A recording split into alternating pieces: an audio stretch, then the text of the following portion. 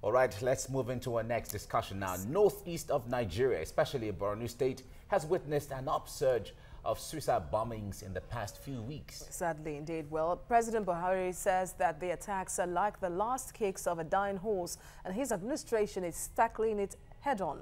And that's, of course, fighting the Boko Haram terrorists as well. The insurgents have resorted to soft targets, and more than 1,000 people have been killed in the last 6 months. That's according to reports from the United Nations. Now, some Nigerians have disagreed with President Buhari and are of the view that the insurgents are regrouping and gaining the upper hand in the war on insurgency. They want the military to crush the insurgents and rout them out of the northeast.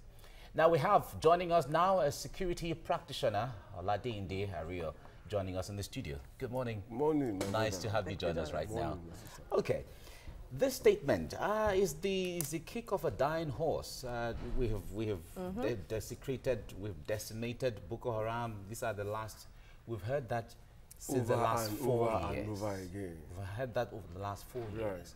But a situation where security, the insurgents can still ambush military, go into a barracks or a military or security checkpoint and kill substantive security personnel. Are we seeing, is this a kick of a dying horse, really? It's a pity we are starting from this end. The media in charge of these situations, they must change the narrative. It's no longer enough to tell us you killed this number of Boko Haram soldiers today or that tomorrow. You send them away from Sambisa or wherever. It's no longer enough. They should change the narrative. What should the narrative be now? The mentality that we are winning should be cancelled. We are not winning. Instead, Boko Haram, they are winning, and that's the reality. You must know that in fighting a war of this type, a war of attrition, it's not a conventional warfare. Now, yes, we might have driven them away from Sambisa forest. We must also know that as that was going on, they will retreat, okay, re-strategize, and which was what they have done. So they now go after soft targets, as in marketplaces, university entrances, events, parties, and all of that. So they should, government, the information managers should change the narrative and tell us something new. They should be focusing more on assuring us that they are on top of it, and they are reviewing their architecture, okay, in tackling this thing. Also borrowing a leaf from a place like Europe, where the tools of insurgency or terrorism now are no longer IEDs. They use trucks, they use cars, they use knives now. All right, it is about the government not trusting the people enough with the truth, or that the government and military are just in denial. Because if the media, like you said, sometimes when they report the other side of the perceived to be true side of the Boko Haram situation in Nigeria, they are seen as antagonistic of the administration. So is it about coming out trusting the people with the truth, like one of our analysts said here, I think it was yesterday, that, okay, bring out your plates and say that this is what I have on my plate, this is what is happening, so that the people can furnish you with support and intelligence where necessary?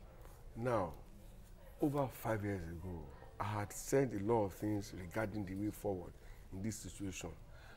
What for me is lacking now is quality intelligence, or let me say quality intelligence gathering, i.e., the government now, more than at any other time, they need to buy into the people's confidence, whereby they can give them information, okay? I remember growing up here in Lagos, there was a little jingle that was anti-robbery, armed robbery. The line that's always ringing in my head would say, armed robber no be spirit. What they were saying then was, armed robbers live within our communities. If you know anyone who's an armed robber, point him out. But you will do that, at your own peril, okay?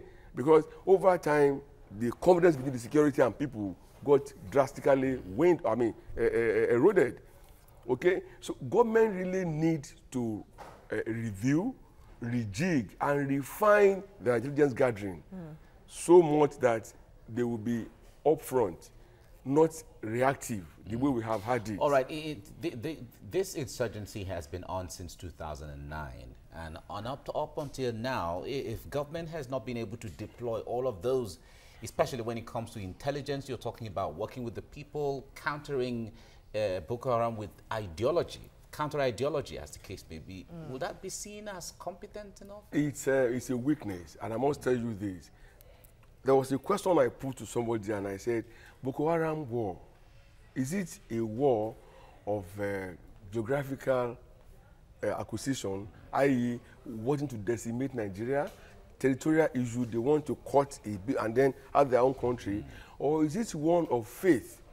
People keep denying that this is not Islam, this is not that, but it will take only a religious grooming to convince anybody to wire up, with IED and then go there knowing that you're not going to come back alive. So it's not a normal thing, okay? The minds are being... But besides that, people are brainwashed every day. Those Nigerians, young people who travel to through the Mediterranean, they brainwash them into agreeing that where they're going is better. Going to be better than them. So it has nothing to do with religion. It has nothing to do with what they believe in. Those ones have to do economic survival. Exactly. You must understand exactly. that. So there's a tool they use. Perhaps they use money again to induce people here too. We've got reports but what I understood was that for the men, they were promised some virgins in some celestial realm. I don't know if they think their body as it is physically will go with them. But then we got reports of some being paid as low as $5,000 or some in dollars. It's not impossible. Now, do you think, or does it occur to you at any point that maybe why it's being somehow difficult for the Nigerian military and government to completely rout out Boko Haram is maybe because they are focusing on fighting the insurgents instead of trying to kill the ideology? They are behind it. That's a very high possibility. I can't take that away. Again, what occurred to me while looking at this ahead of this meeting was that we also may have some fake economists in the system who are benefiting from the continued terrorism war between us, and Boko Haram. Otherwise, we've expended so much of our resources, we've lost so much in terms of human and material, human beings and material things to be able to put this thing to an end. But instead, it's festering. They must also realize that they too will want to show, because they have been bruised and battered, they want to show that, oh, you cannot easily overrun us like that. And that's why... We're still active. Yeah, they are still very active. Again, now they are very small. They're in small cells. And they are very mobile. You wouldn't know where they will strike next. You are fighting a faceless enemy. It even makes them more dangerous. Yeah, it makes it far more dangerous. When I came in here this morning, they knew me. They allowed me in. Okay? But if I come here to a place where they don't know me, the story will be very different. The same way, you don't know who, as it is now. That's why I said they need to buy the people's confidence, right? Apart from that, there must be a massive enlightenment campaign telling people to be more sensitive and then raise their security awareness and consciousness, whereby even when you're in public places, you are mindful of your security. And you are mindful of also who you mingle with. And then you usually look around, and if you spot anything, any unlikely movement or conduct, you alert the security again. All right, we've seen the Western countries, the United States, Israel, France, Britain, Belgium, Germany. We've seen all of them deploy intelligence where there's a bomb blast or a strike or an attack somewhere. In few hours, the names of the persons are identified. In about few days or a week, the person is apprehended, and then the names and faces behind all of those are unveiled, which is a big product of intelligence, like you said earlier on. Now, what would it take for Nigeria to adopt that? Now, we know that we may not have the capacity, but these countries have indicated interest to assist Nigeria at one point or the other. It's not now. We've had the offers to train and retrain people whereby they can unlearn whatever they had that is not working and learn new trends. Okay? That's one. Number two, we must also understand that a lot of things here serve as handicaps. For instance, I may have information I want to pass to you. If I don't have power in my house or in my office or where I happen to be, at that moment, what happens? Our telephone system too is still not what it should be. Internet connection too is still not where it should be. We are still very far behind, you know, other people of the world. I mean, these are the reasons why we may find it difficult, even if they come here and train and groom and package. What do they have to work with? Are the tools available? Is the environment enabling enough for them to deliver value? It should just be another book on the shelf. It's another story entirely. I mean, it's a very complex thing. So when we talk of government as it should be and government as it is, there's a wide gap.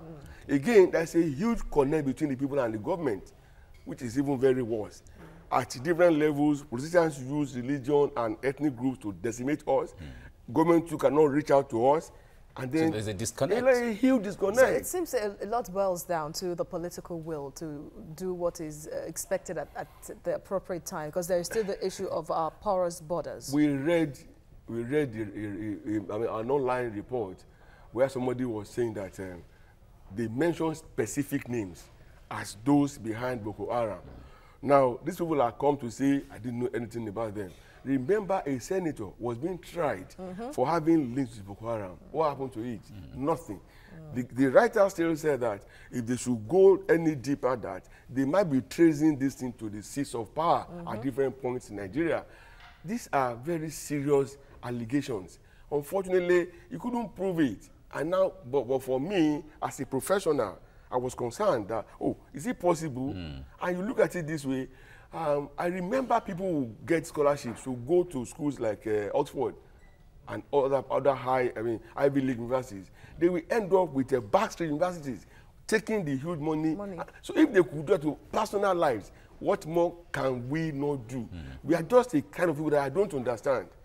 Right, and are they manufacturing people to join Boko Haram? Because when they say they've killed 140, 160, 300, yes, you still hear. We still hear, exactly. So painfully, the last video I watched on Sahara TV was of Boko Haram collecting arms and ammunition, including taking APC pickup trucks from our military. Because it's very our painful. Waterways are porous, our borders the are porous. The borders are porous, yes, but we've been singing this song over the time. Over the When years, shall we sing a new song? And they are, you remember that they've declared allegiance to ISIS, which even makes them more dangerous. Well, I understand that they said that the people fighting for them now are more of guerrilla fighters, not even Nigerians now, which makes it very worse. It's okay. If I'm not in Nigeria, what do I care about destroying your country or your people? Exactly, anything All goes. right, okay. All right, we have to leave you here right now. Olade Ndiari, security practitioner, thank you so much for coming on the program this morning. Thank you.